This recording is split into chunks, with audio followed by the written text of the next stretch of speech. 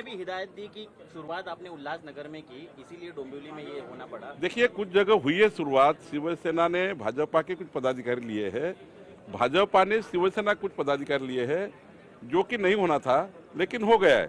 लेकिन मुझे लगता है कि अभी आने वाले दिनों में नगर पंचायत के चुनाव में, महानगर पालिका और जिला पंचायत के चुनाव में जिनको टिकट नहीं मिलती है वो इधर उधर जाते हैं।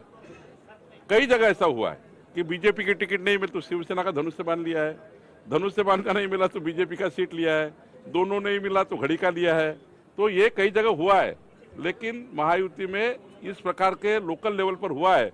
निश्चित रूप से इस पे हम और अध्ययन करेंगे। सर, सर्वोच्च न्यायालयाने 50% जास्त आरक्षण देऊन असं म्हटलेलं आहे।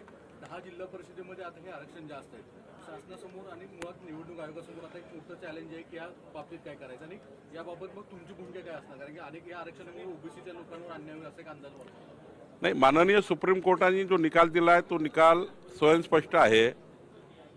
कोणतंही आरक्षण 50%च्या वर जाऊ शकत नाही। कशामुळे गेलं त्या ठिकाणी सुप्रीम कोर्टामध्ये निवडणूक आयोग किंवा राज्य सरकार बाजू मांडेल। काही ठिकाणी पूर्णांक वगैरे काही यामुळे झालं असेल, एखाद्या वेळी ते मला माहिती नाही।